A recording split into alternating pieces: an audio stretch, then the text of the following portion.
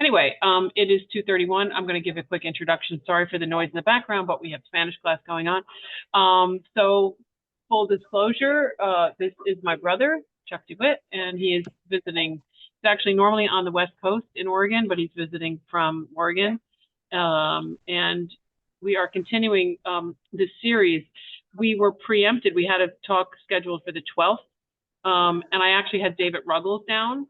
And we're not talking about David Ruggles today, but we are talking about, in sort of generally speaking, I think this talk sort of turned into a really unknown heroes in Black history and very New Jersey based. Is that right, Chuck? This area, yes.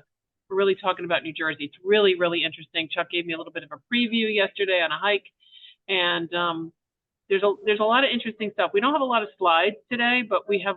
Chuck's going to talk, really kind of delve into a lot of people that you probably have never heard of, but really interesting stories. And there's a rich history here, and there's a lot more talks. We actually talked about maybe next year doing a whole series on particularly New Jersey. Lots of shocking stories, true stories that will blow your mind, like they did mine. But just to give you a little preview for next, because we really did have to we had to really kind of cancel that 12th date and do today's kind of combined talk. But next week, right, a week from today, we're doing the Women's History Month. And we are kicking off Women's History Month with Sojourner Truth, which is another great historical Black figure, happens to be a woman. And so that will be next Monday. And then 2 weeks after that, we'll have another Women's History Month talk on the Queen of Hawaii. So that'll be that's on the 18th of March. And I think that's as far as we got. I don't think we have April scheduled yet, do we? No, we don't. But anyway, for those of you that got to meet Chuck in person, he was our guest bingo caller at the presidential bingo last week. And we appreciate that and appreciate seeing you. And we'll try to have Chuck maybe do a live in-person something coming up so that you guys can meet him in person. I'm going to let you take it away. I'm going to share my screen so you can see the PowerPoint, and we'll get started. Thanks, Michelle. Hold on one second. Can you see that right now? I can see that, yes. Okay. We ready? Chuck, if you could just tell me next slide each time you need me to advance the slide, that would help. Will do. Thanks. Okay. Thanks again, Michelle, and welcome to all joining us today for this presentation in celebration of Black History Month. This was as Michelle said, kind of originally scheduled for early February, and we had to cancel the David Ruggles event, but this turned out to be a little bit more expansive than I realized. Originally, it was going to be about one individual by the name of Samuel Sutphin, who was a slave who fought in the Revolutionary War and then appealed for a pension, which has a lot of interesting little twists and turns in it. That story will be the closer for today. It turns out there's just so much background before we get to Sutphin that I thought would be important to cover. And again, as Michelle said, this is the kind of research that leads to surprising turns of events. And I think I've been surprised the whole way in some ways, and I guess in other ways not all that surprised. But the bottom line with this storyline is that I would say in the last 10 years, it's obvious that the research has intensified incredibly with regards to the history of African Americans in New Jersey. Of course, that includes the history and legacy of slavery. It's been a plethora of research through Princeton, Rutgers, the state offices themselves, and it's amazing what's out there just in the last 10 years to do research on. However, what we'll see today is this is very fragmented original source material, meaning that a lot of the history has been lost. A lot of the history ended up being oral history, not recorded. So what is fragmented together today is based largely on wills. It's based on newspaper articles and advertisements for runaways and such. So it's really a pieced together story. And we begin with the story of New Amsterdam, which is the original name of the Dutch-owned areas of North America. When I say Dutch-owned, that's debatable as far as ownership goes, but it was called New Amsterdam. The first explorations, if you recall the name Henry Hudson, he was in the employ of the Dutch in around 1609, 1610, in that period. And it was shortly thereafter, 1613, the first free blacks set foot in Manhattan. And it was 13 years after that, in 1626, the first slaves were brought in larger numbers. So the origin begins there with the New Amsterdam settlement, and the settlement was run by a Dutch corporation. And we'll look at this first slide here. This is the New Amsterdam plat. This is Lower Manhattan on the left, and you see the image. This is a engraving from 1642. And if you look very carefully, you can see African Americans in the lower center carrying large objects. And this is the first depiction, I believe, in the New World of Dutch slavery. We also had in 1630 the first more intensified shipment of humans into the New World, and they landed at Hoboken, 20 men and 30 women. This is considered the first commercial slave enterprise in New Jersey. Now, back in the earliest days of settlement in the 1600s, the Dutch were far more interested in having indentured servants and patroonships, which meant that these were people who would commit to running large estates and acreages. The problem with this model is that there weren't enough laborers, so it became pretty obvious early on they would need to bring in their own labor force. And what they did is very interesting. What the format that the Dutch used is they incorporated a group known as the Dutch West India Company. And we go to the next slide, we will see their flag. And basically, this is a pretty much autonomous company within the confines of the Dutch government. And this means that they had an extreme autonomy in what they were doing in the New World. Settlements were set up in the Caribbean. That's where most of the large-scale plantation operations were taking place. Sugar was certainly the number one focus at that time. And what they realized when the Dutch started setting up here in the New World is that it didn't take long for these islands in the Caribbean, which were producing large amounts of sugar and were increasingly using larger amounts of slave labor. They realized that the need for creating sugar fields pretty much denuded the land of all vegetation. They were basically stripping out native vegetation to plant. And this meant that farming and basic subsistence farming became difficult, if not impossible. So things like wood to use for heating and for the sugar production was unavailable. They had to ship it in. So very early on, the Dutch were eyeing up northern New Jersey as a prime spot to supply these sugar islands. And so what started to happen in the 1630s and 40s, larger plantations, well, they didn't quite call them plantations here. They were called, again, patroonships. Basically, these were huge, thousands and thousands of acres of land given to individuals, often people who never set foot in this country. But they would set up operations to basically run an all-purpose farm. Wood was shipped, wheat was grown, corn was grown, and of course it got to be more labor intensive and more of a widespread operation. And this was connected to the story is that this area was part of a tract 7,000 acres in total, which is hard to comprehend in relatively small New Jersey. And this area we're all sitting on, I'm in Clifton, and wherever you are locally, we were all part of a tract called New Barbados. And this is directly connected to the sugar plantations that they were serving by sending the farm produce south. One of the local absentee owners was named Alexander Kingsland, and indeed, Kingsland Avenue in Nutley and on through to the south was named after the Kingsland family. One of his nephews, I believe, did come here and work the land himself. But again, slave labor was seen as a necessity increasingly as this operation got more a large scale.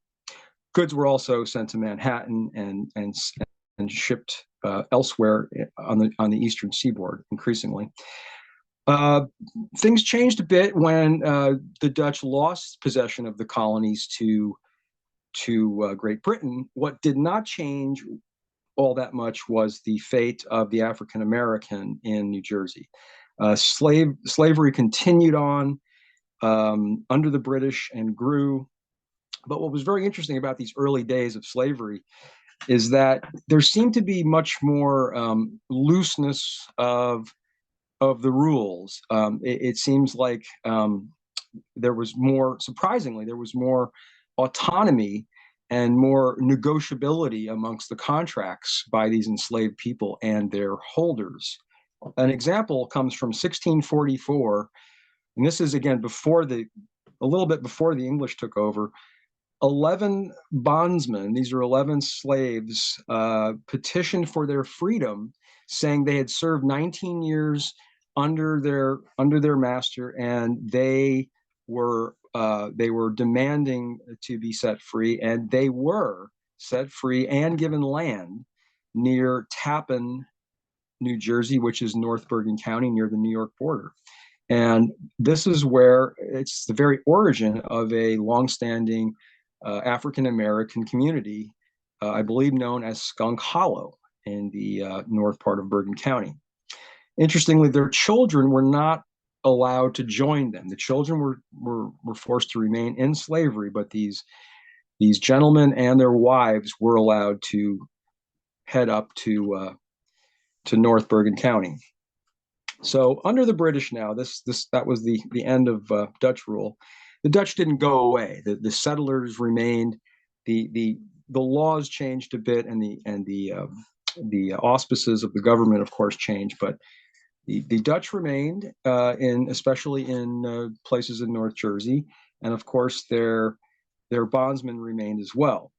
Now we begin to see more codification of the slave, you'd call it legislative action, with what they called the first slave codes that were passed by the provincial legislature back in 1704.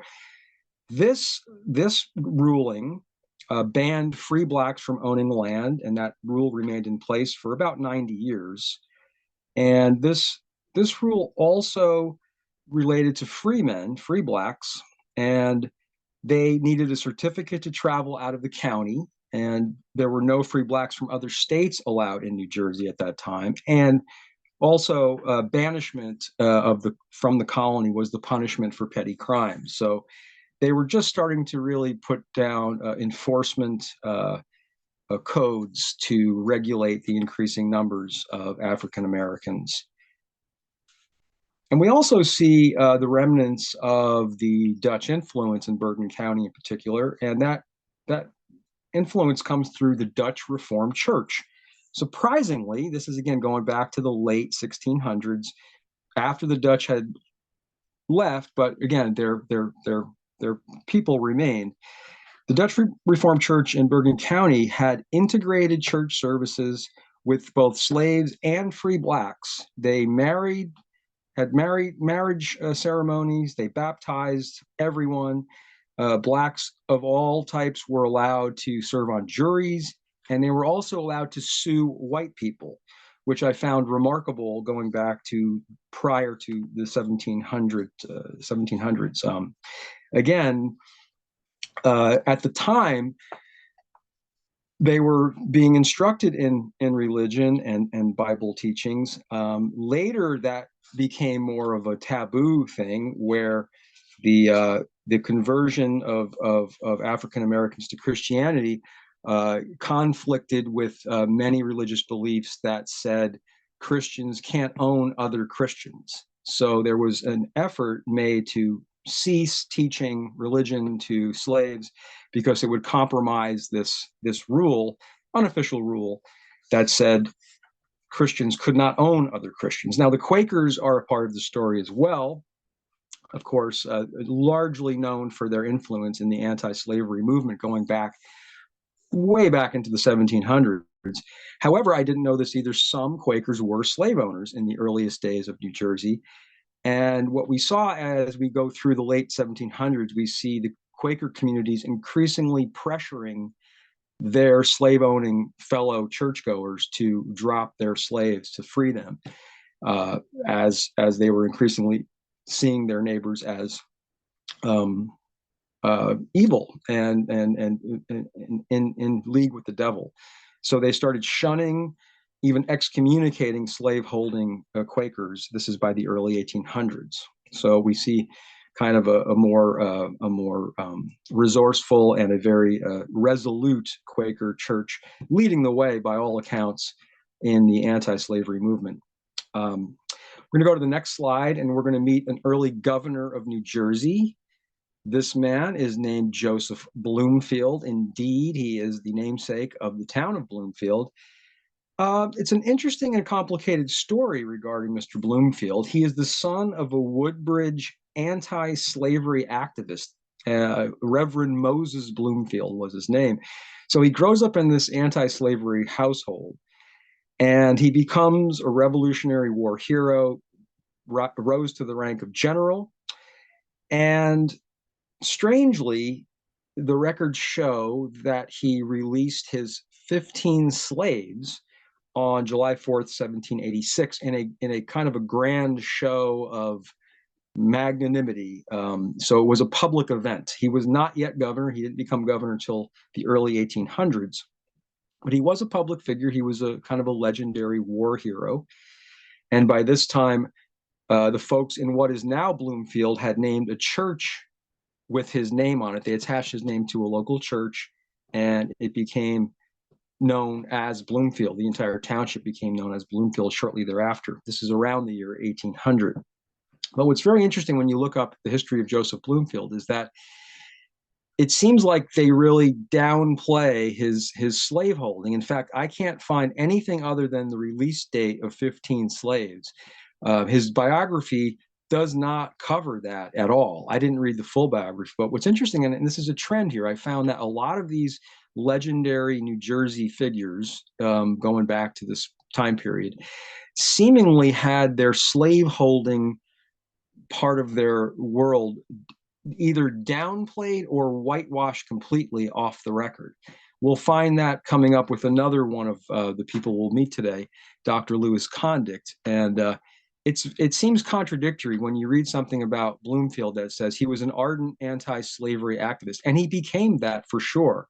As governor, he was a strong abolitionist, which was fairly unusual, especially in the state of New Jersey, as we'll find out.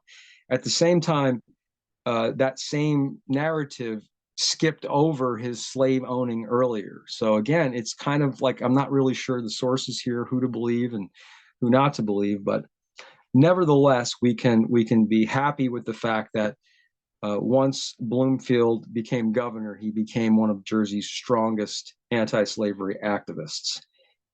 The next person we'll meet, next slide, please. Another slave owner from early New Jersey. The image on the right is supposed to be that of Robert Erskine. Robert Erskine was a Scotsman. He was an inventor brought over in the 1770s to northern Passaic County. You may know it today as Ringwood State Park or the Ringwood Manor. Back then it was known as the Ringwood Iron Works, and it was failing. The previous manager of the ironworks had brought in indentured servants from, I believe, Germany, and that wasn't working out. A lot of the indentured servants were leaving to find their own way in the new world.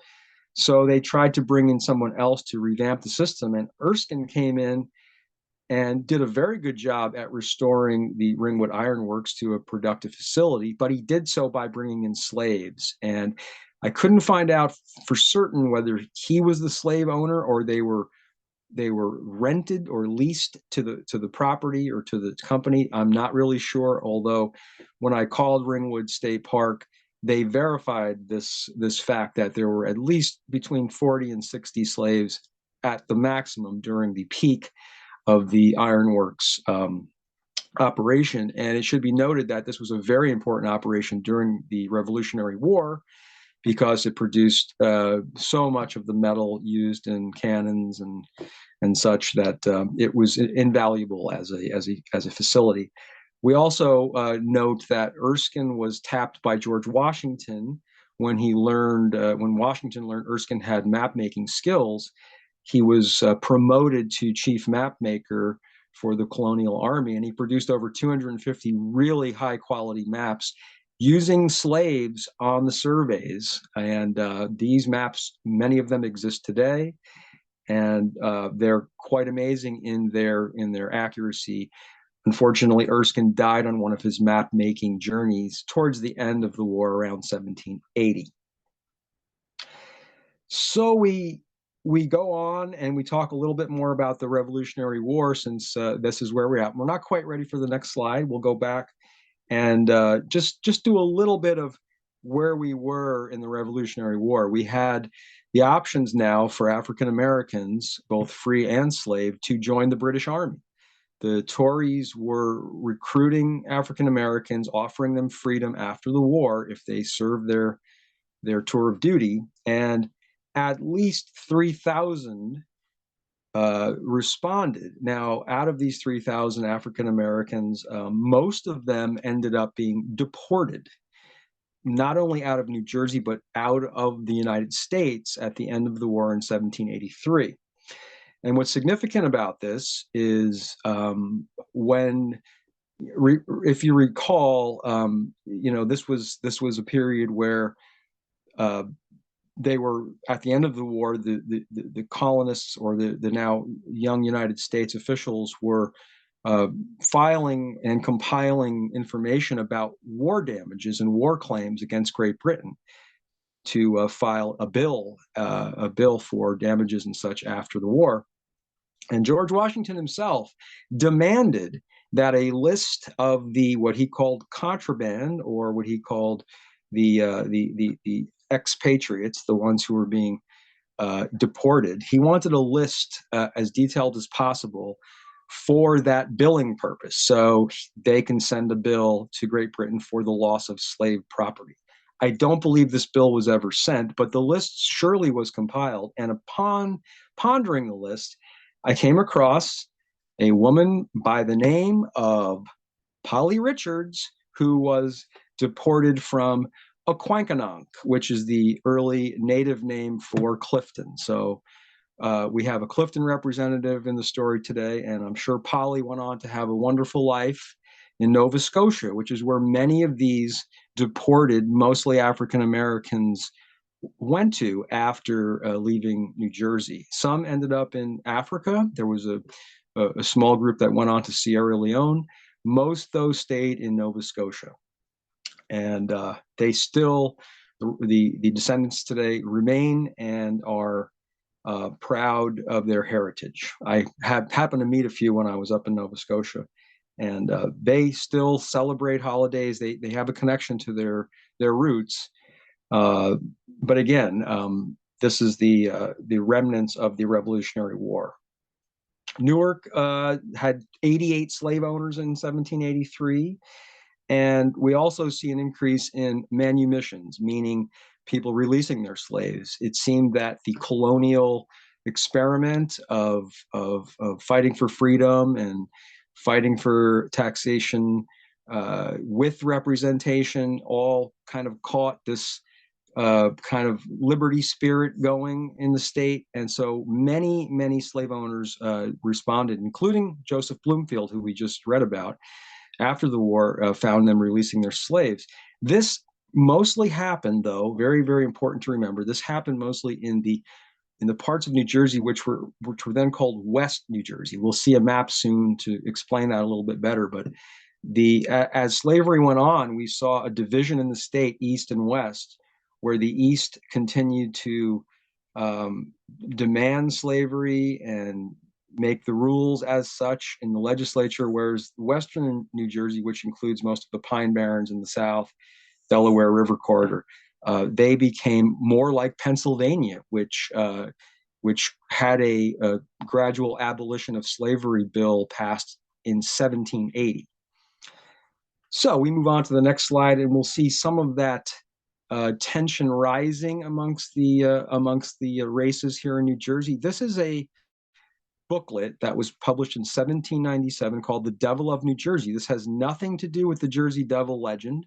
This is a separate story based supposedly on a real story about a murderous black fiddler who went through the rural parts of the state to terrorize people. There's no corroborating story that backs this up. There's no historical record of this actually happening. This could be completely fictional, but again, it builds up the tension of both races as far as what's out there. This is a fear-mongering type publication. And it does kind of coincide with increasing tensions both in the legislature and amongst the East-West split of New Jersey. So we will see in the next slide, I believe, a map that has pretty much a line going from the very top of New Jersey. The next slide, please. It'll show a line going from High Point and right down the center of New Jersey, cutting off, looks like about probably Seaside Heights is where it ends, it would appear. And this is an actual boundary that was acknowledged up till about 1700. And then after that, it was kind of loosely acknowledged. There were never any such thing as two New Jerseys, East and West, but this was kind of maybe a demarcation of convenience. I think very early on they had separate governments and that ended quickly, but there still was a feeling of rural New Jersey versus urban New Jersey, what was slowly becoming urban New Jersey. A lot of the port cities, Elizabeth is featured on this map, but there would be Perth Amboy, and there's Bergen, Communipaw, which became Jersey City. These are all not only slave entry ports in many cases, but they're also shipping ports for the growers and the manufacturers of New Jersey, who are quite cozy with Southern plantation owners in their marketing. There's a lot of trade going back, cotton coming north, not quite yet. That comes in later in the 1800s, but still the trend was developing that East Jersey was starting to bond with the South and their slave system, whereas West Jersey was fading from that, going more towards the Quaker vision, which was really part of the Pennsylvania story. So this continues. We see also at this point in time, this is right around 1800. The list there says 1900. This is actually closer to 1800. And this is kind of a side story, but it does kind of coincide with this period of increasing tension. This is a little side story that I did not know, and I'm happy to share with you. But starting in 1776, when New Jersey wrote its first state constitution, I'm not sure if it was called that, but it was a regulatory document. When they wrote about voting regulations for citizens of New Jersey, they very, very intentionally, as it turns out, used the word inhabitants, not free white men.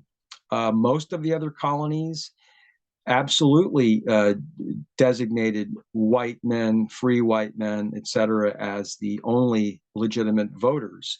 New Jersey put in the word inhabitants more intentionally than was realized, as the story goes.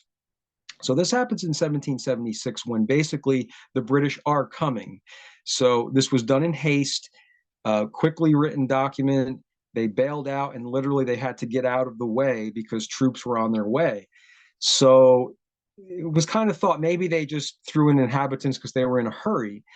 Well, in 1787, when the first official state document comes out, the first state constitution after the federal constitution is passed, New Jersey reiterates the word inhabitants and makes it even more specific so it can't be debated that this wasn't intended. So now, starting in 1787, if there was any issue with free blacks and single women or widowed women, married women were not included in this, thanks to what was called the law of coverture. When women married, they gave up all autonomy in every way, shape, and form. So they weren't even considered citizens at that point. So there was no chance of them voting. But women who had been widowed with a minimum dollar savings, I think 50 to 50 pounds was that early minimum. If you can prove you had 50 pounds or you were worth it, you were allowed to vote. So after 1787, it's almost like word got out, and we saw a lot more black voters, and we saw a lot more female voters at the polls. And it seemed like the female voters were the ones that started drawing attention in a negative way to this strange rule. And again, it's a very strange rule in that no other colony has allowing free blacks and women to vote. Actually, I take that back. Massachusetts did allow African American males to vote, and New York may have, but the other states were explicitly blocking blacks from voting, and no state allowed women to vote at all. So in this state, really, we had a unique situation up until 1807. And in 1807, a man we'll meet later by the name of Lewis Condict illegally at a state legislative meeting changed the words from inhabitant to free white male and was cheered and feted and celebrated by all the white males in the room. So again, this little known piece of history, for almost 30 years, women and free blacks worth 50 pounds or more were voting in increasingly large numbers. So that's what drew the attention. They were afraid of, there were stories about the petticoat influence and such. So the change in 1807 went largely unnoticed, not by women or free blacks, but by most citizens who really weren't paying maybe that much close attention to the voting requirements of the day. We continue by noting that at the same time, the work that was required of slaves had changed in the post-war era. Pre-war, it was mostly agriculture, animal husbandry, quite often shipyard work, loading and unloading cargo was very common. And the shift actually starts around this time, 1800, to more of an industrial focus. There's more need for factory labor, and we see also a shift to wood cutting. I'm sorry, that was continuing on, but again, it's a change in what slaves were being used for and what their focus was. The New Jersey legislature passes around the same time, 1807. They pass what's known as the Gradual Emancipation Law, which is one of the most facetious emancipation laws that I've ever heard of, in that within this law, there was still going to be a 20 to 25 year apprenticeship. That's quote unquote apprenticeship, and that was a mandatory requirement. So they simply changed the word apparently from slavery to apprenticeship, and they really didn't change anything as far as the freeing up people. This was all put off into the future. And what we did see, though, at this time, just in a small way, we started seeing in the early 1800s in New Jersey this movement of African Americans who had some autonomy. And again, I mentioned that earlier. I'll talk more about it right now. This is just an example that really surprised me with their autonomy. There was a gentleman who was enslaved somewhere in the Elizabeth area, and he enters into a contract with his owner. And the contract states, and there's a copy of this, the contract states that if this is the owner writing the contract saying, if you're not happy on this property within 2.5 years, you have 2.5 years to check it out and see if you like it.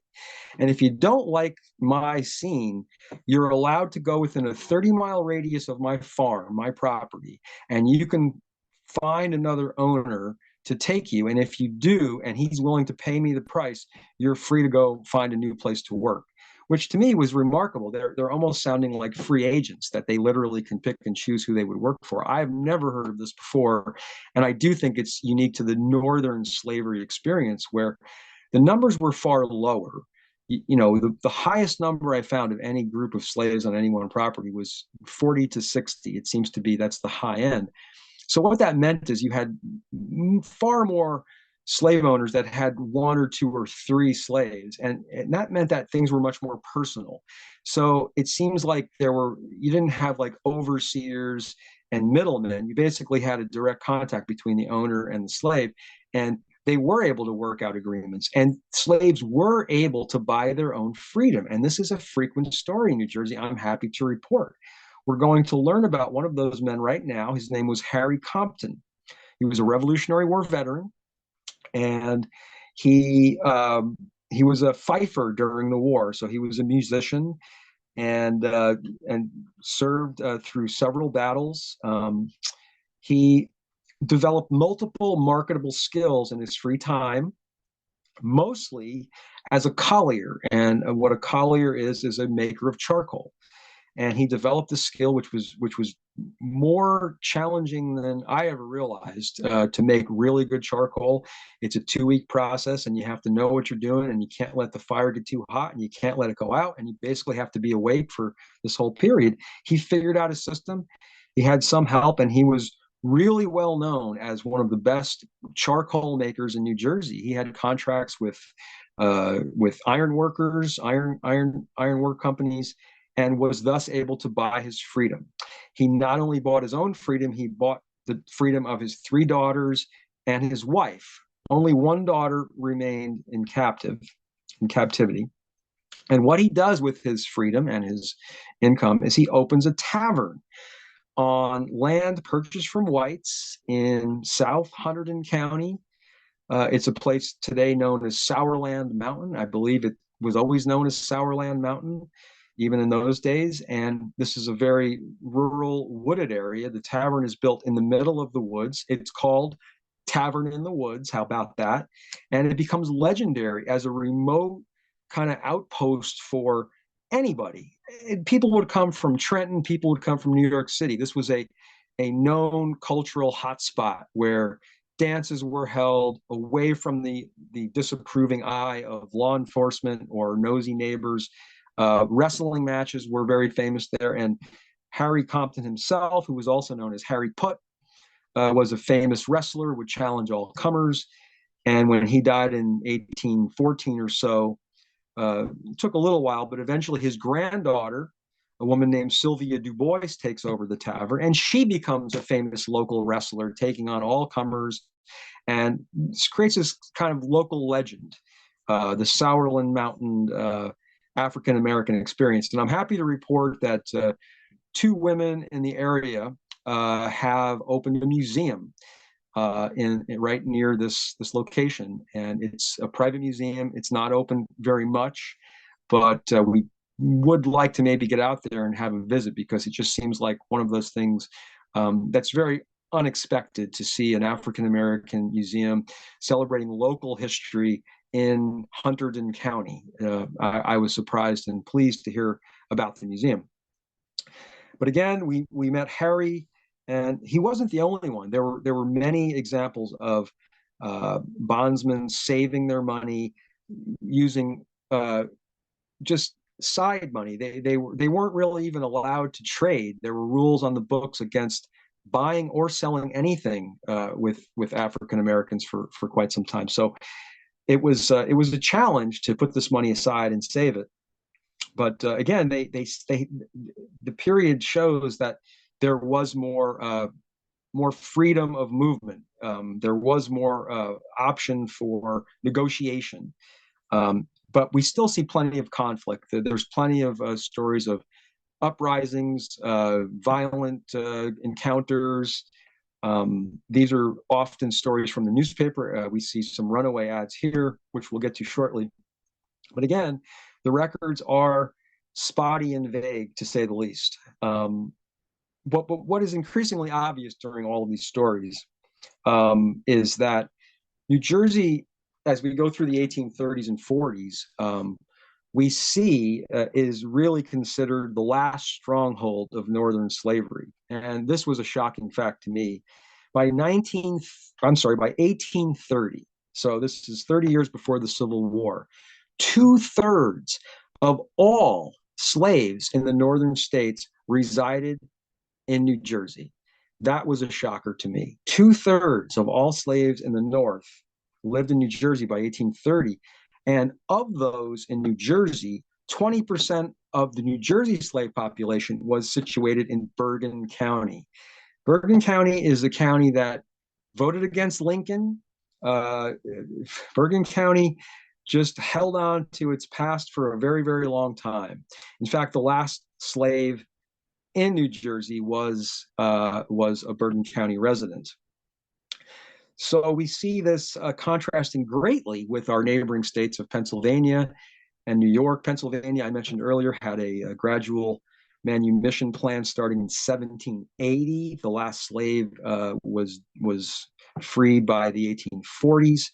New York freed all slaves by 1827. There was nothing gradual about it. It was a 100% freedom declaration. New Jersey, sorry to report, slavery did not end in New Jersey until January 1866.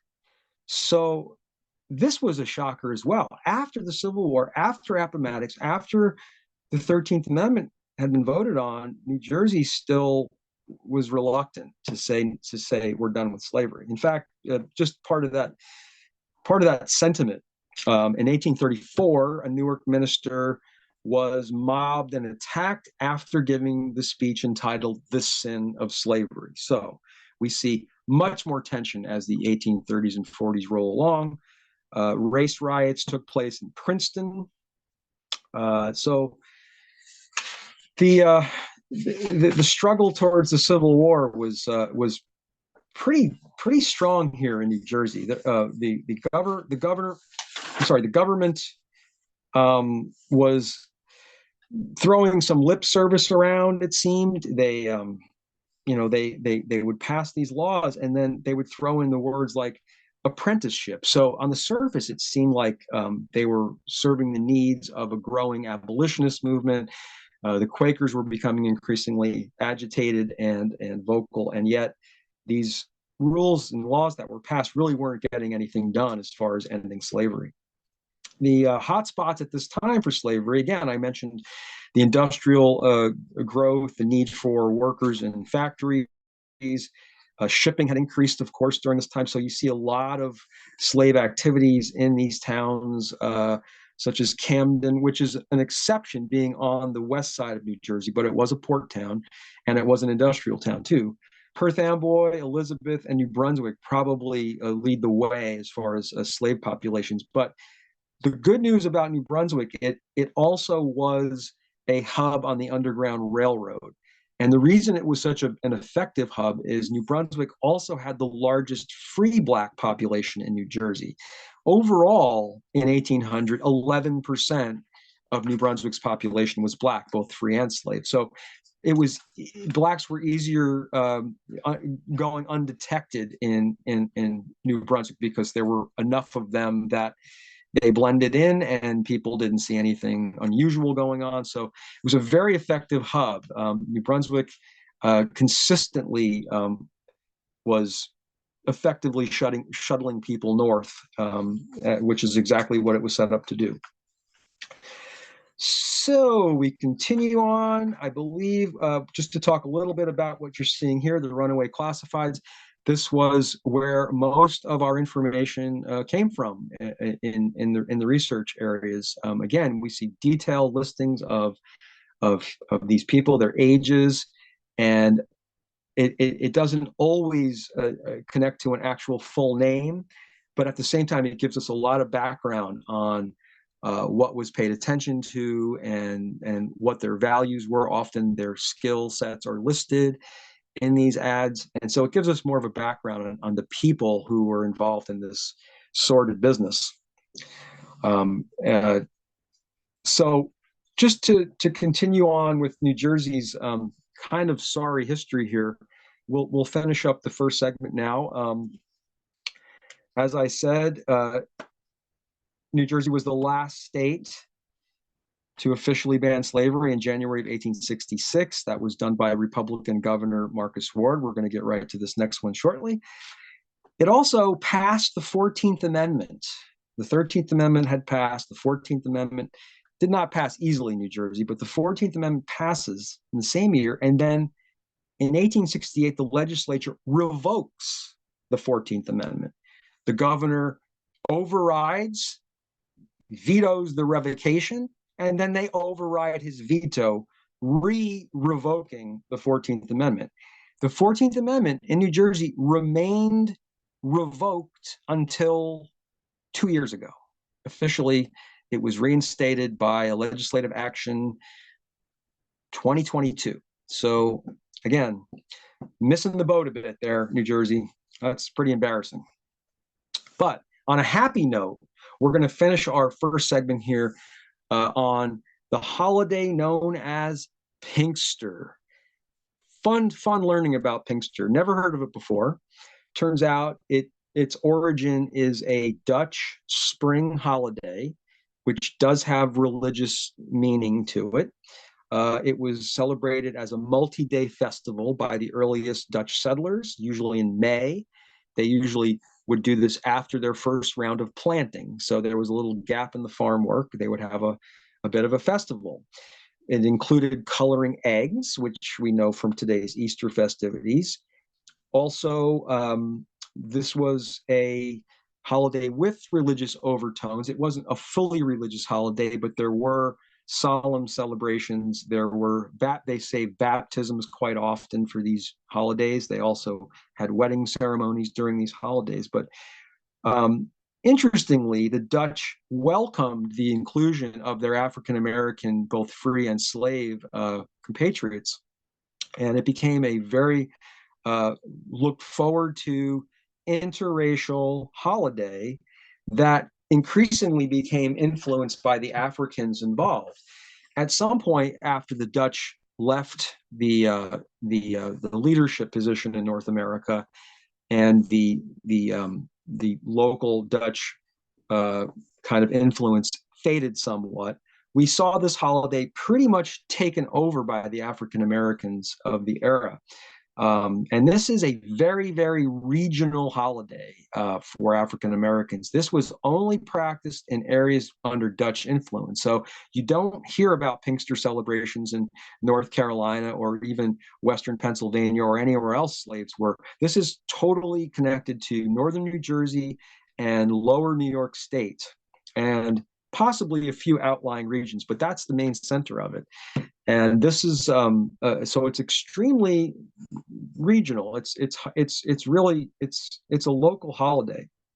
As it became more Africanized, what we see changing is it becomes more vibrant in its celebration. We see a lot of original style guitars, stringed instruments, and drums being used. Lots of colorful dresses, as you can see on the right.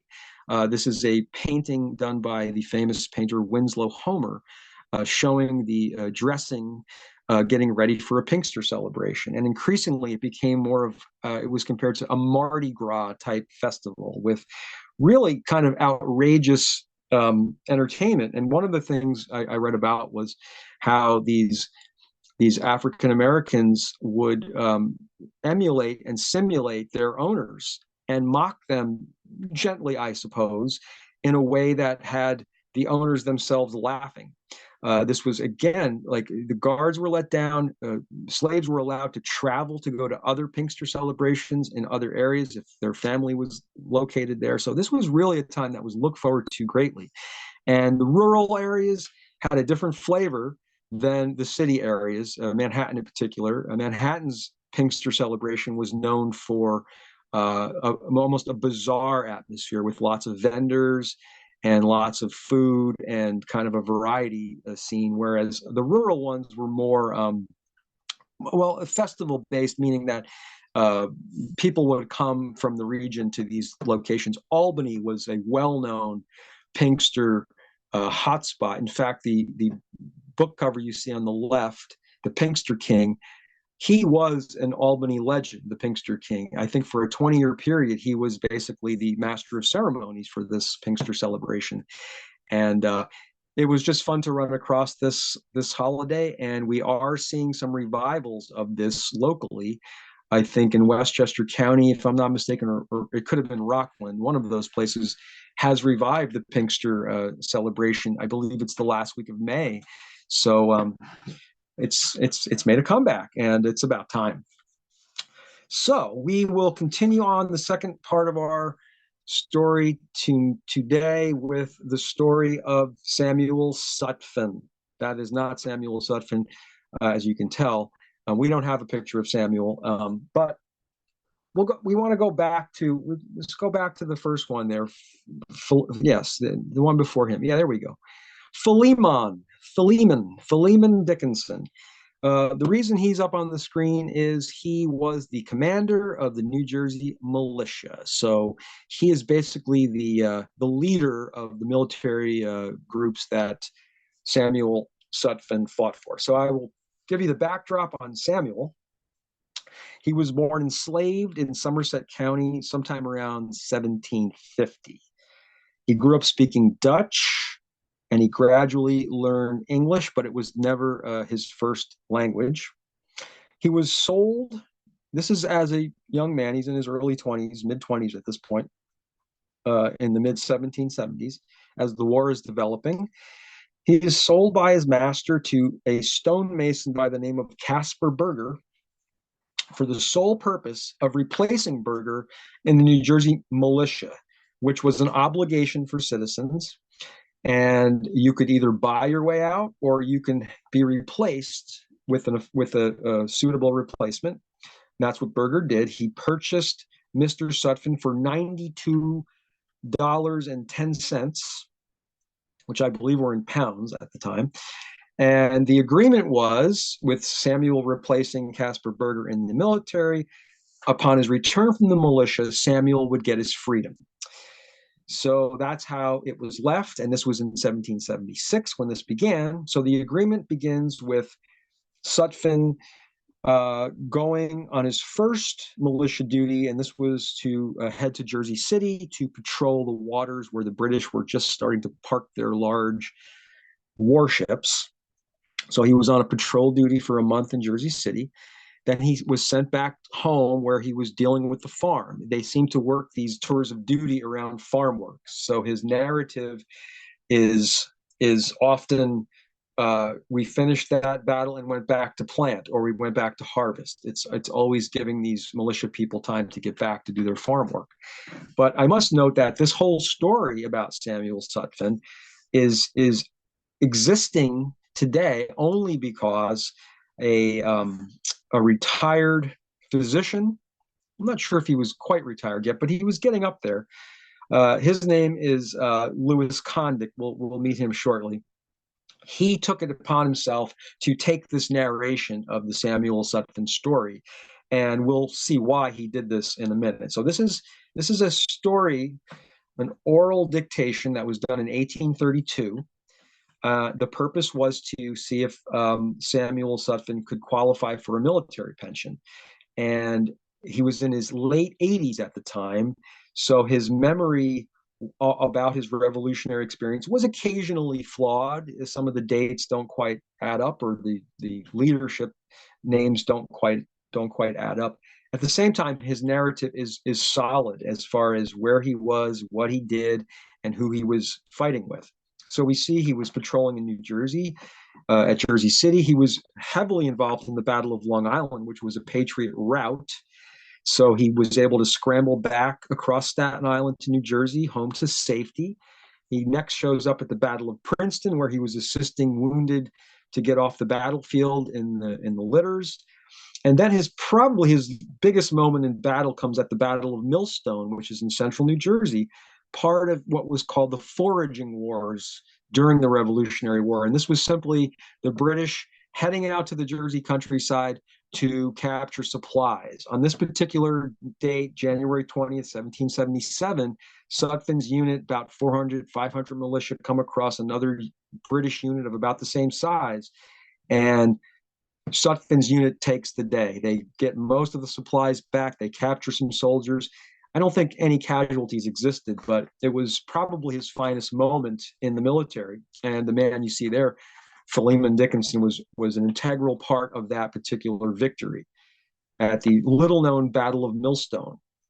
And there was a little time off for Samuel after this, and then his next tour of duty comes in late 1778 into 1779 when he joins General Sullivan on what became known as the Iroquois campaign. And at this point, he was detached to the New York militia for this encounter. The Iroquois campaign simply was Washington sending General Sullivan into the wilds where the natives were because they were starting to wreak havoc, working for the British against the colonials. So this was basically a anti-native push where they were out to destroy as many native villages as possible. His only battle wounds came in his retreat. This is after the Iroquois campaign. He was heading back to New Jersey. They stopped at West Point, where they were attacked by Hessian troops. He suffered a leg wound where a bullet pushed a button into his leg, deeply into his leg, where it had to be removed. He was wounded. He was down for about a month. He had another leg injury on his other leg near his ankle. So he was done as a soldier at this point. When he returns back to central New Jersey, he returns to his owner, Caspar Berger, who rejected the offer of freedom, reneged on the deal, and sold him down the road to a neighbor for a $20 profit. So he got him for $90, sold him for like 110, and totally blew off the deal of freedom. So this is where we see Mr. Condict come in, because we see this trend of Mr. Sutphen, who, after Berger sells him, is sold another 3 times in the next 20 years. So instead of being freed in 1783, he's got to wait till, I think it's 1803, when he finally buys his own freedom from earnings selling fur that he would trap on the side in his spare time. So he's able to buy his freedom, and he may have also bought his wife's freedom. I don't know that for sure. Couldn't find documentation. But he becomes known as Free Sam, married, solid local citizen. He was kind of a general laborer, worked for everybody until the 1830s, when he's already in his 80s and he no longer can provide for himself.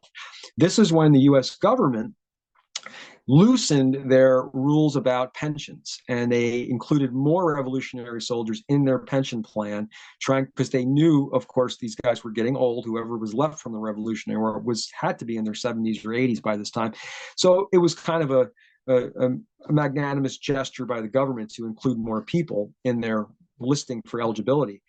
Unfortunately for Sutphen, his record in the military was scant at best. First of all, they didn't know him as Samuel Sutphen at that time. His name didn't become Sutphen until his last owner purchased him. He didn't have a last name, so he was probably showing up as something like Dutch Samuel in the records, but it wasn't enough to verify eligibility for a pension. So poor Samuel goes through this process with a few locals who know him and trust him and are trying to help him. No effect. Just go back real quick to I just was getting to Mr. Condict here. Just go backwards one. And so what happens after, I think, his second rejection by the federal government, this man shows up, Dr. Lewis Condict, and he's my next example of a very confusing New Jersey figure in history, because a lot of what you read about Mr. Condict is very glowing about his physician career. He was the first to administer a smallpox vaccine, a new kind of vaccine, to his daughter, and he did it publicly to convince people it was okay. again, though, it's a mixed bag for this guy because he's also responsible for removing women and free blacks from the voting list in 1807. He's the guy that changed the words inhabitant to free white man. So we know where his heart is. And at the same time, he shows up in the 1830s to write this report that I'm quoting off of. Basically, we don't know about Samuel Sutphin if Dr. Condict doesn't get involved to take this detailed memorandum about his life, trying simply to get the guy a pension. So Condict is very sincere in this effort. Again, despite his past slaveholding, and as far as his slaveholding goes, a very confusing story. He's officially listed as one of the 1,300 U.S. legislators who own slaves. There is no other record of that, though. In other words, New Jersey history has hidden this fact somehow. And you can see his house there on the left. That's his house in Morristown. It's now run by the Women's Club of Morristown. When I call them, even they were clueless. They're in his house and they know a lot about his history, but it's like a taboo subject to this day that Dr. Lewis Condict owned slaves, because I only found one very sparse record of that. At any rate, he was helping a former slave, Samuel Sutphin, try to get his pension. There's no doubt about that. And he took very, very good notes, wrote down all the details. And what happens? Rejected again. Ultimately, they rewrote it again. They tried to put in new details. They added some witnesses. They brought in some military comrades who were very old, but who remembered Sutphin. They remembered his injury. All of these things trying to pin down the proof that he's worthy of a Revolutionary War pension. And he was rejected again. 5 times the federal government rejected this man's claim with overwhelming evidence that he was worthy of this pension. So what happens next is the last resort is what you might call this. They have to bring in some heavy artillery at this point, because Condict is getting upset too at the federal government for this continual rejection. So they bring in a pretty good person to have on your side, I would think, the governor. This is a later governor after Mr. Bloomfield of New Jersey, and it's the next slide. Oh no, it'll be 2 slides from now. So it's Peter Vroom. We'll meet him shortly. There he is. Peter Vroom steps into the story. Now Peter's connection to Samuel Sutphin is slim, but he does remember a previous owner of Sutphin 30 or 40 years prior. And so there's a familial connection with the Sutphin story.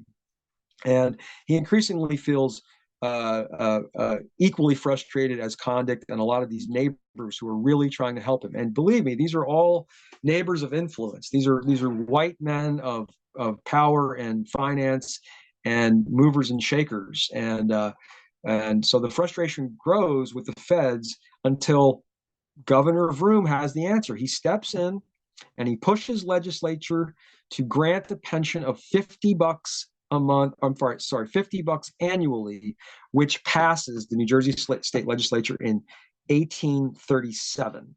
So for the last 5 years of his life, from age 89 to 94, Samuel Sutphin enjoys his $50 a year, which today is, several thousand, and lived in comfort until his demise at around age 94.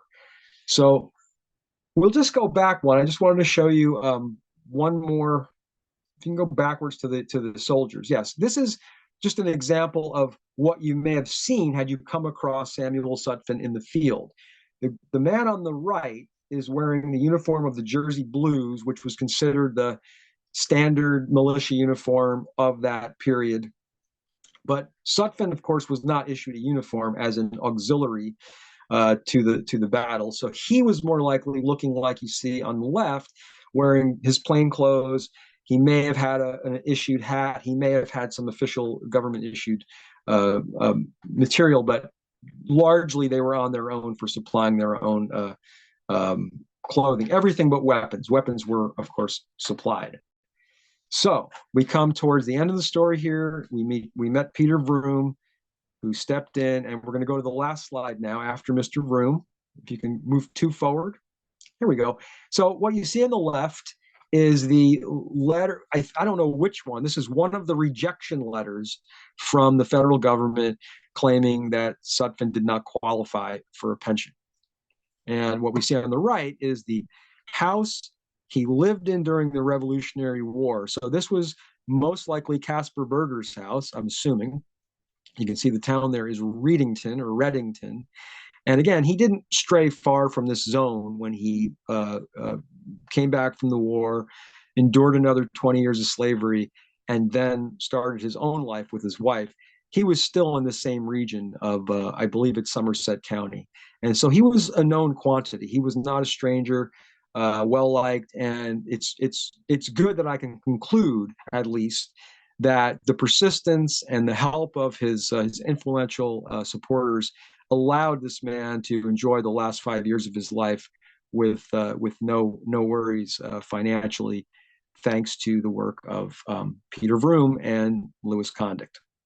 So that concludes the main portion today, and I'm hoping that I presented it in a way that was at least coherent and explains a story perhaps that most of us have been ignorant of and have been kept in the dark about, quite honestly. And it's really, really, I think, a positive move to see all of these institutions funding research projects. There's a Scarlet and Black project out of Rutgers I highly recommend if you're interested in any of these topics, just to learn about the dynamics of the people involved is amazing, because I think the assumption was there wasn't much to go on, and it turns out there's a lot of information to go on. It's just not coherent. It's not cohesive. So as we see these dedicated scholars going through this information, it's becoming more coherent. It's becoming more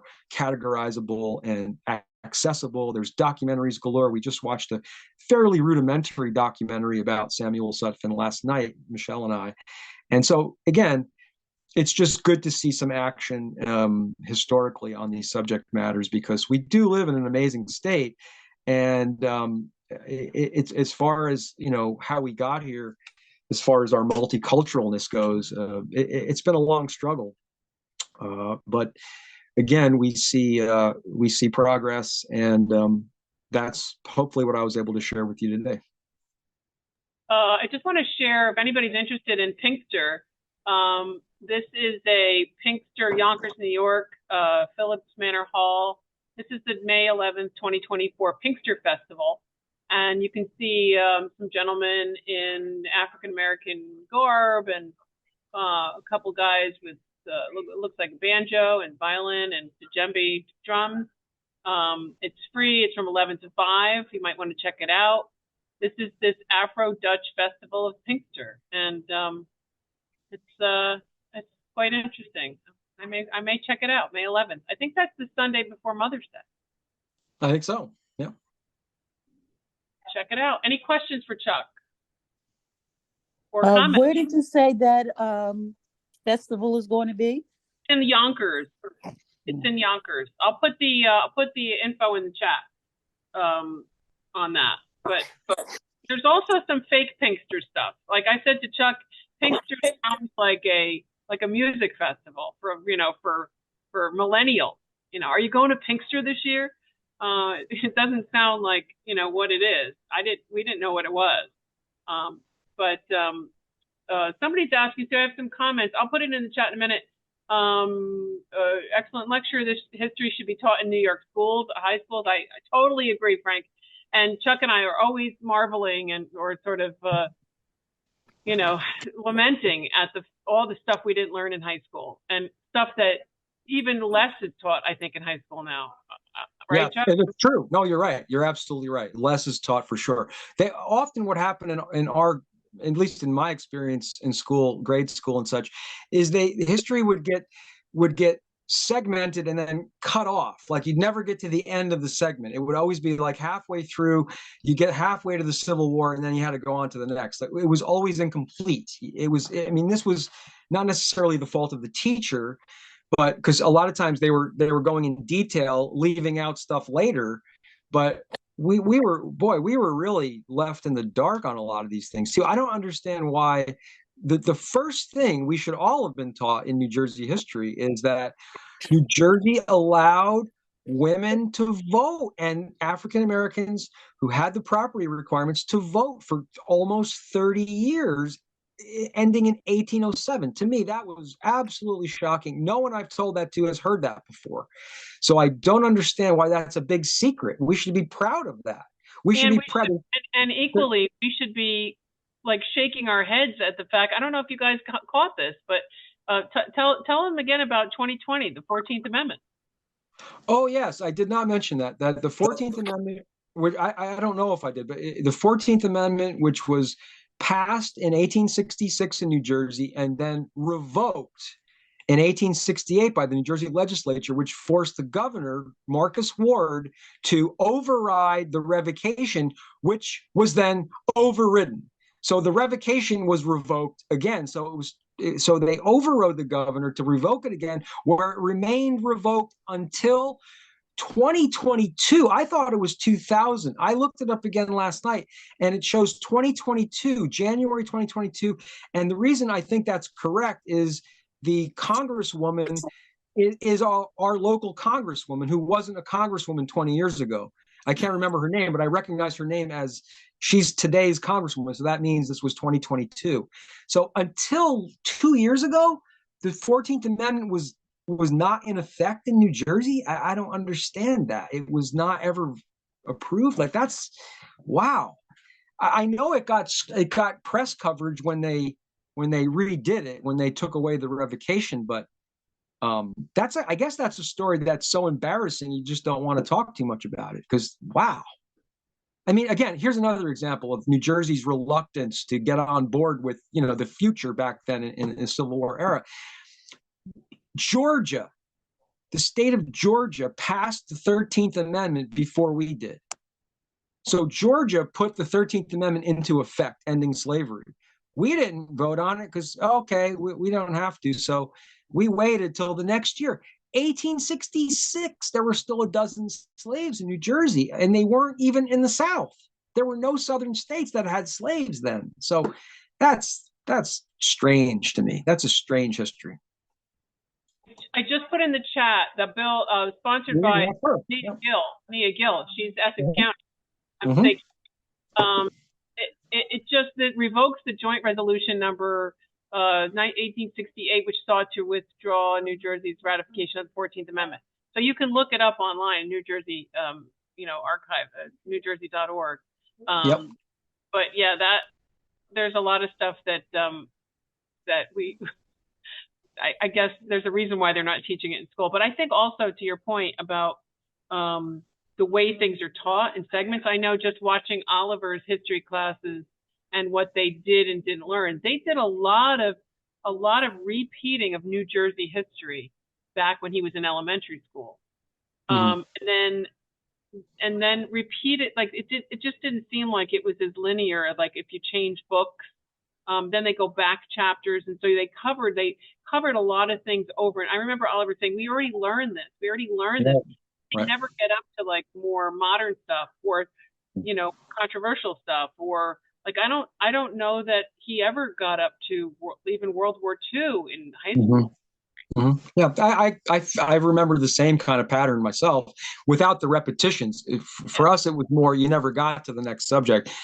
But unless you took AP history, unless you specifically took that class in high school, like I know I learned about the Korean War watching MASH, which is kind of embarrassing, but that was kind of how I learned about that war.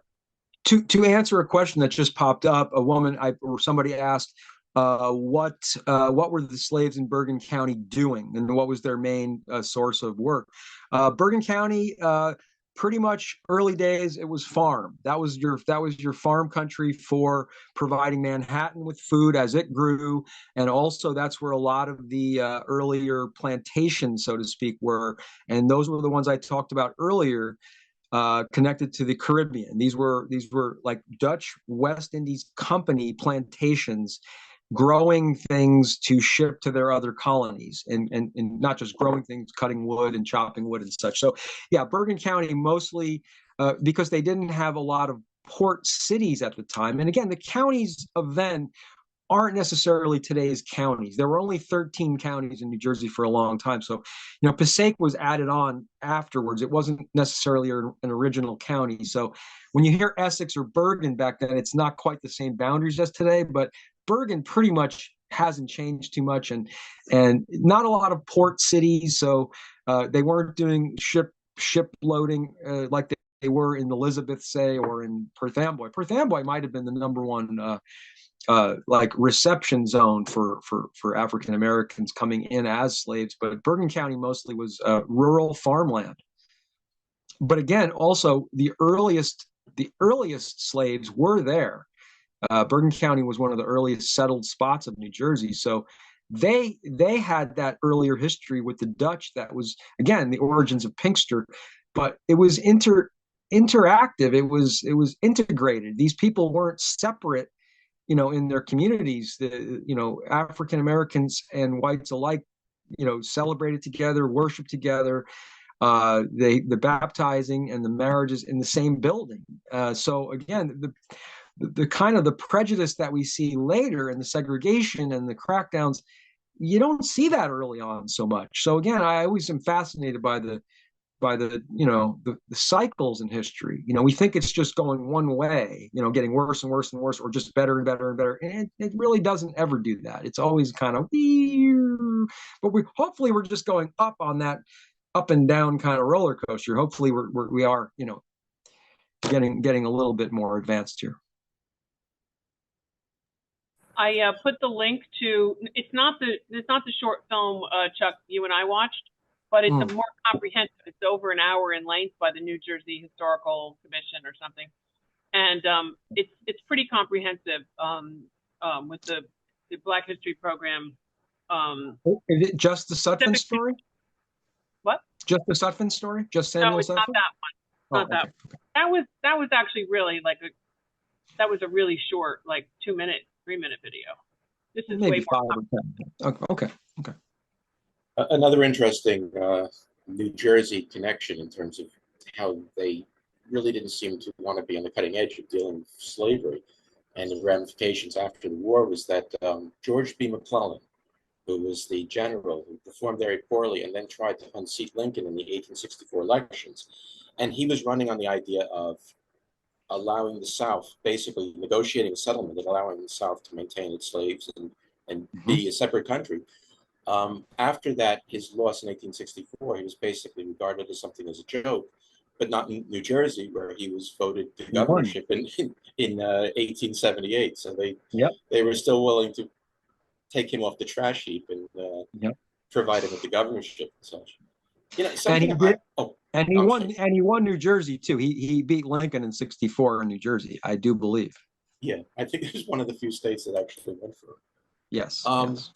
Something I was always curious about.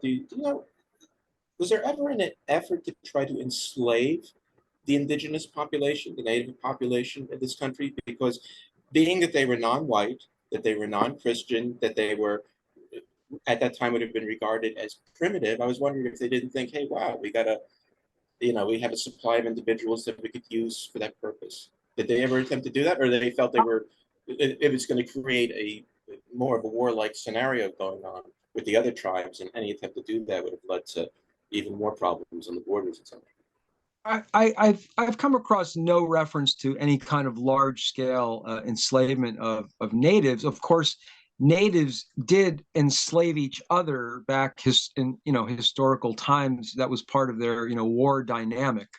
But it seems like the version of slavery regarding natives that I saw in New Jersey was actually the reservation system.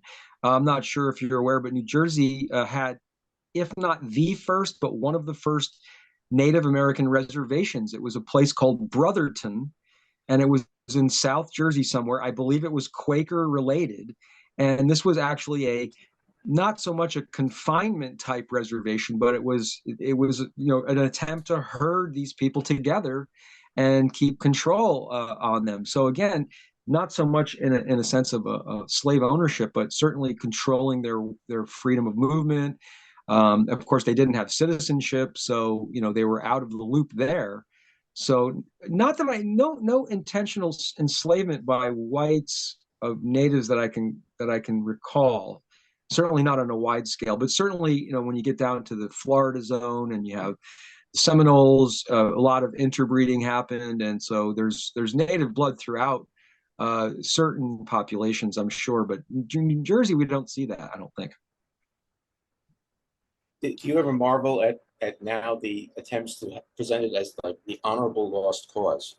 And the idea that, well, the Civil War wasn't about slavery. Even, I mean, as recently as Nikki Haley, when asked a question, sitting there and saying, well, no, it was about the role of government in the lives of people, almost suggesting like a tyrannical government was keeping you from running off and buying individuals. It's like, it's incredible, especially since if you look at the Articles of Secession, I mean, slavery is mentioned in virtually every paragraph and such. Quite the focus, absolutely. And again, mentioning McClellan and his peace settlement, that's always the impetus for Lincoln rejecting peace settlements, because they were always involving retaining slavery as is. There was this myth you can go back to before the war and just restore everything the way it was. It was crumbling and collapsing. You can't go back to that. Practically speaking, what they were asking for was very nonsensical. So, I mean, it's basically how long can a country keep its head in the sand is really what it amounts to, because you keep your head in the sand too long, you suffocate. And that's really what, like, kicking the can down the road through the 1830s, 40s, and 50s was all about. It was just putting your head deeper in the sand until you couldn't breathe, or so it seems. It's remarkable too when you look at the people of the South, how they maintained the institution of slavery. And they, at the same time, made such a play about, what good Christians they were and such. I mean, they'd go to chapel every day, they'd carry prayer books with them. And then, at night, the master would take, his evening stroll and drop by for the midnight rape at the slave quarters. I mean, how did they, and not to mention, how did the wives of these individuals feel that their husbands were running off to the slave quarters and doing this? I mean, how did they balance that in their mind? It seemed to be almost like a schizophrenic quality. There's kind of a timeline to this, I believe. I think what we see, and this is something I came across in this research, in Europe, in other words, the reason slavery never really hit it big in Europe, as far as the numbers show, it was never a widespread institution like it was in the American South. And there's a lot of reasons for that. But one of the reasons it apparently is a reason is that there was a European tradition, and I mentioned this briefly earlier regarding the Quakers, it's that Christians were believed to not be able to own other Christians. There was the slavery was predicated on you can own somebody as long as they weren't a believer like you were. And so this got into the controversy of, is it okay to teach these people religion? Because once they get religion and convert and become Christian, can you still own them now that they're one of you under the eyes of God, or however that was determined? So to me, this was like a lot of things in the South, I think this was a developing storyline where they had to find justification for what they were doing.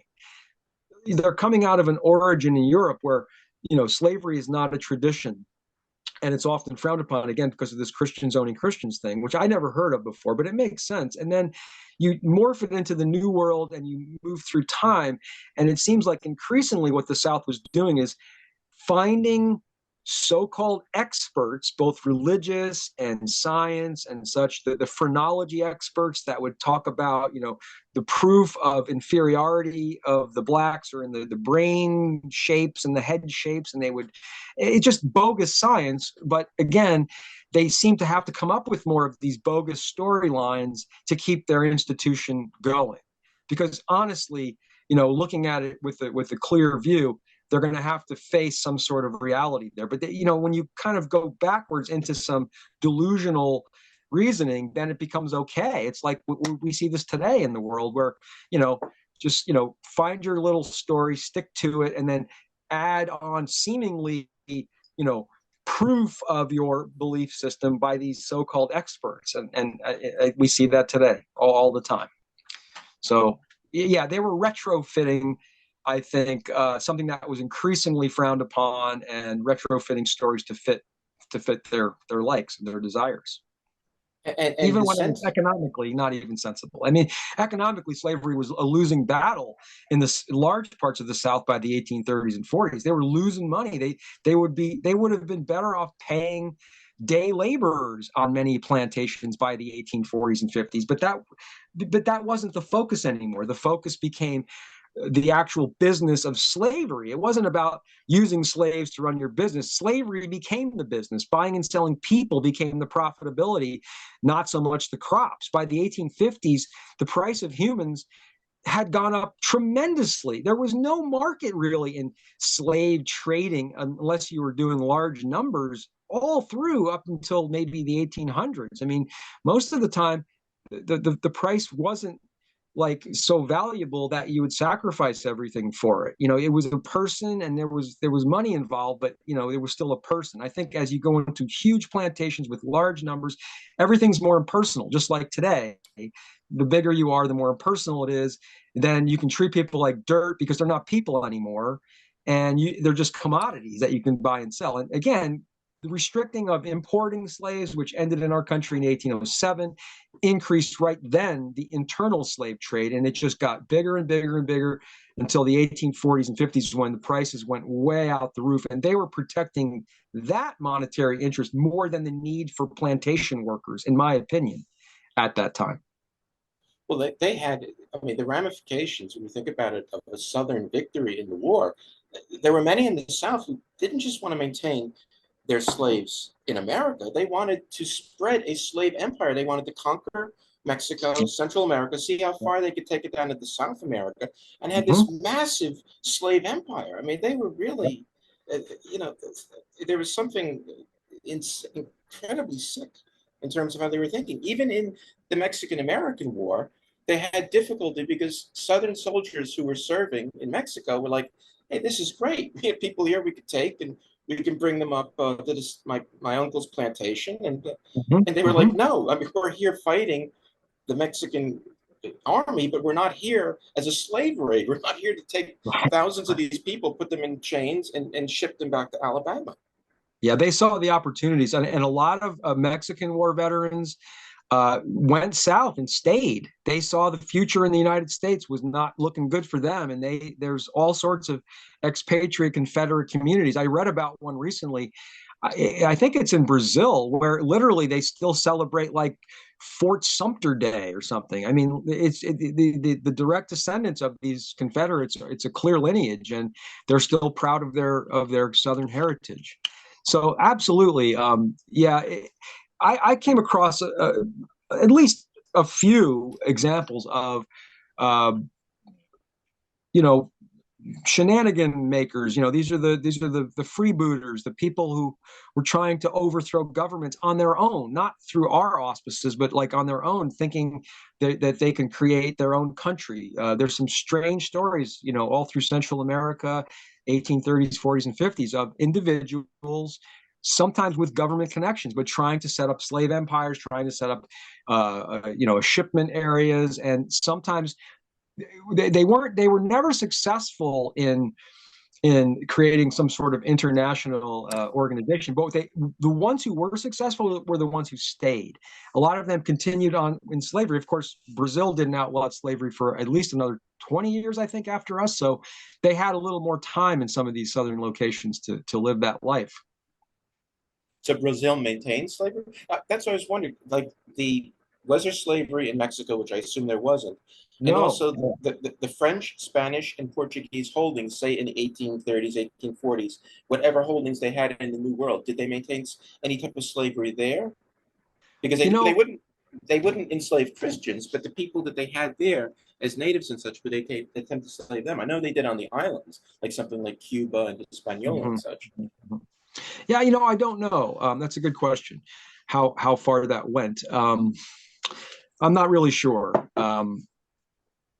I would say, looking at that again, at that kind of dynamic, we see again not so much a takeover or indigenous slave population. I think really It was an expansion of, in some cases, their southern. It was a southern expansionist movement. There were people. Like again, there's a 30-year period where it seems like the Southerners saw the writing on the wall, and they were actually funding expeditions south, and there were some mechanisms and maneuverings to actually conquer regions of Mexico. There were 3 or 4 states they were eyeing up, not the western part of Mexico. It was mostly east, kind of south of Texas, and then further on to Central America. They, like you said, they had envisioned a connective kind of continent or intercontinental system of slavery that would end at the Mason-Dixon line. That was their future when they were looking elsewhere instead of north for their empire. If the Dutch hadn't been kicked out of the Americas, how do you think, if they had stayed, say, you were pointing about how they were more relaxed in terms of this, the Pinster holidays and such, how do you think slavery would have maintained itself, or would it have been killed off much quicker under a Dutch sovereignty than it was under the English and what prevailed afterwards? That I don't know, because I don't know the history of the Dutch after New Amsterdam regarding slavery. They did not give up holdings across the world. They still were involved in international colonialism. Certainly, I would say till the late 1700s. I think it faded for them after that. But it's hard to say, because again, if you look at it this way, if New Amsterdam was able to be held and grew under Dutch leadership, then their position in the world may have been different, to the point where maybe they would have been more expansive in their slave interests. So it's hard to say, again, not knowing what they were doing in the 1700s elsewhere. We know they were fading from this continent. Certainly the influence was gone, but they still had a lot of holdings and islands, and they were still, Curacao and other intrigue with. I know Portuguese and the Dutch had a lot of conflict and takeovers and kind of retakeovers and such. So again, I don't really. One could imagine it would have been a less harsh system, or maybe even a shorter-lived system. But again, England banned slavery in 1833, and I came across something else really interesting, that in 1772 there was something called the Somerset Rule that was passed down through London. And this was a local, it was a Supreme Court judge of England, but kind of in a local rule, decided that slavery was no longer suitable for England. So it wasn't an official ruling, it wasn't Parliament, it was simply a declaration by a very influential Englishman, Supreme Court justice, saying that slavery is no longer in our future, it's evil. And again, it was called the Somerset Rule. And what's really interesting is that a small percentage of slaves in this country heard about this, either read about it through the grapevine or whatever, and used the Somerset Rule to demand freedom from their captives, and in some cases were given that freedom. So not widely advertised. I don't think they wanted to release a lot of people on this petition, but it was a clear enough edict, again, not a law, so it wasn't they didn't have legal standing to say slavery ended in England, you have to release me. They simply said, look, your own Supreme Court justice said this about slavery, I would like you to honor it as an English colony. And in some, not a lot, but in some cases it was honored. How did Europe look at the South at that time? I mean, and also from the perspective of the South, they very much tried to emulate like England and France. In the process of emulating them, didn't they see themselves as being out of step with what they considered to be the civilized world in terms of maintaining slavery?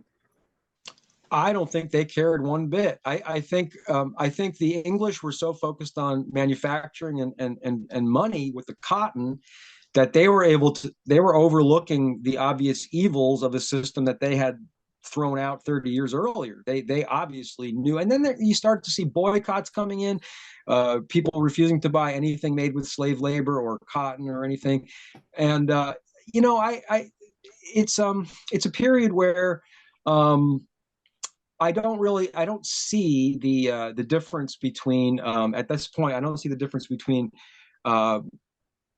the English rule and Dutch rule. I don't think they would have gone in much different paths that the English went. I think it just had to run its course, and commerce played such a huge role, and financing that, once we kind of had control of the Civil War, I think England realized they had to move on from this Southern dream. I mean, people have said that if the South had been let to go on their own, that England would have come to their rescue.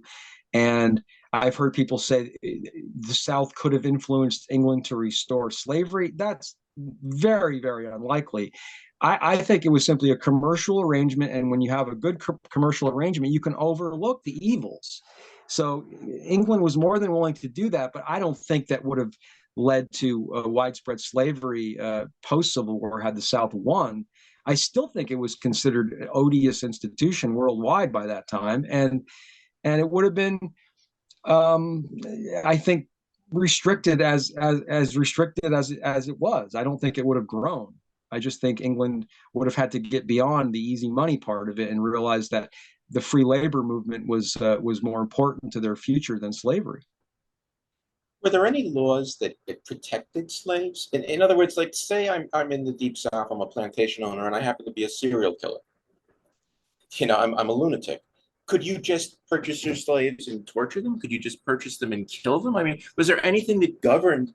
You hear about the barbarity of slavery and such of what took place, but I wonder, didn't they have anything that protected these individuals from being the victims of just absolute rampant murder, or was it just like anything goes? No, they had. I can only speak for New Jersey because this is what I've just been looking at. But yes, New Jersey had definite laws and restrictions on how you can treat slaves. Clothing and food were part of that rule. You had to provide adequate clothing and food. There were limits on punishment. So yes, this is, again, going back to the earliest parts of New Jersey history, though. So I don't know if this goes back as far as the Dutch or if this is early English rule. I believe this was 1700, 1704 when the first slave codes came out. So while they did have some harsh measures to them, they also had protective measures. And I don't know whether this came out of humanity, whether it came out of protecting property. I'm not sure what inspired this kind of humanity, but there are some pretty humane laws in place. And again, we have to remember, were these laws enforceable or not? Probably very lightly, if enforced at all. So they were trying to put out a good ethic for slave owners to how to treat people, but I'm sure it wasn't fully honored in all cases. And to read something very interesting about slave codes and just, attitudes towards states and such, I encourage anyone interested to read the 1780 Emancipation Bill from Pennsylvania. It is a extremely humane document that if I was a slave in Pennsylvania who could read in 1780, I would be crying reading this document on its beauty and its honor, respecting all people. It was beautifully written. Unfortunately, it didn't quite live up to its beauty in reality.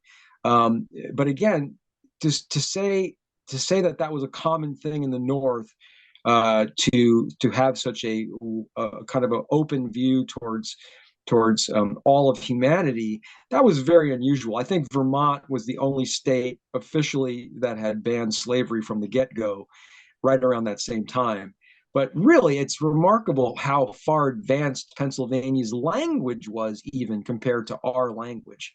Very, very, very generous and very, very humane, to say the least.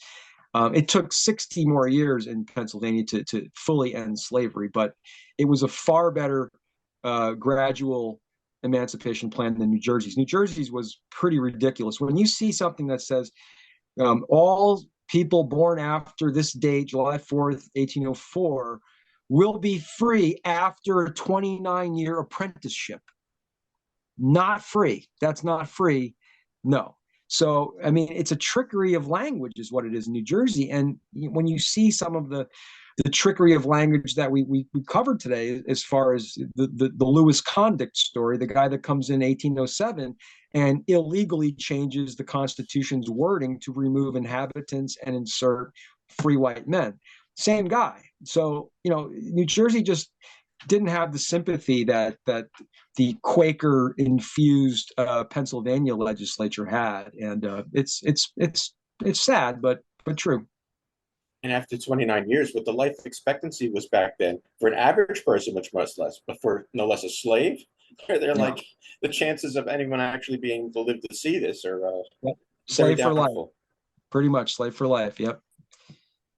And also, too, what's interesting about going back to the 13th, 14th, and 15th Amendments. So we hear about the 14th Amendment, how New Jersey didn't officially ratify until 2022. Well, as far as the voting rights go, again, we talk about African Americans voting in that period, 1776 to 1807, and it wasn't a large number there. I'm sure it was a relatively small number given the overall population of African Americans in the state. But we go forward and we look at when was the next Black person eligible to vote in New Jersey? And that wasn't until 1870, after the 15th Amendment was ratified. So that's a long period of non-representation for people who were landowners, business owners.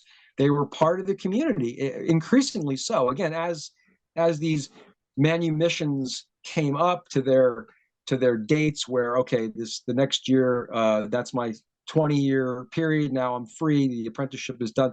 So people were released in increasing numbers. So what you see in the slave population in New Jersey, it peaks at about 1800, 1810, and it starts going down again from that period. At the peak, it was about 11,000 or 12,000 individuals, and it goes down from there, but not as fast as other states. It's a much more gradual decline. And again, that's connected to the manufacturers who were making things and sending them south. This was very much a Southern connected business leadership in New Jersey that really just kept looking at the bottom line and really didn't want anything to interfere with that. The idea, like you said, of returning to the status quo, of having a peace settlement. I mean, I can understand how the South would be keen on that when they were losing the war, but I can't imagine how anyone in the North would back that, because it would be like, we're just going to return to the same problem. We'll end up with, duking this out 10 or 20 years down the line and such. And all the Black Americans who would have served in the military, what are you supposed to do with them? After they escaped the South, served, fought for the Union, what are you going to do? Disarm them, ship them back to their plantations? Well, again, that's what happened. That's what happened to Samuel Sutphin. Basically, his deal was reneged upon. He came back from the war. Really, I wouldn't say he was a decorated soldier, but certainly did his job and was seen by all of his white superiors as an effective, helpful soldier. And he comes back and immediately is sold down the road to a neighbor instead of being freed, which is what he assumed was going to happen. So instead of being freed at 30, he wasn't free till 50, 52. It just, that to me, that's an example of what you just said. It's like, thank you, great job, back to slavery. Like where's the credit? It's amazing, and like you said, it's remarkable that the idea that slavery was no longer economically viable on like the macro, the level of like, owning slaves, but the institution itself, the slave trade, was so profitable that they maintain it in that sense. I've never heard it said that way, but it's very interesting that the trade itself was so profitable that it didn't matter that on the basic ground level, in terms of the plantations and maintaining slaves at that level, it was losing money. It would be better just to have regular salaried workers there. But the influence of the people who are making so much money at the top, which is normally the way it works, right? The people at the top there is skimming all the cream. They're the ones who write the laws. Yes, exactly. Yes, no different today. So Chuck, we're going to stop, and we'll kind of pick up this conversation next Monday, because Monday at 3:00, we're going to start at 3. Sorry about the time today, folks.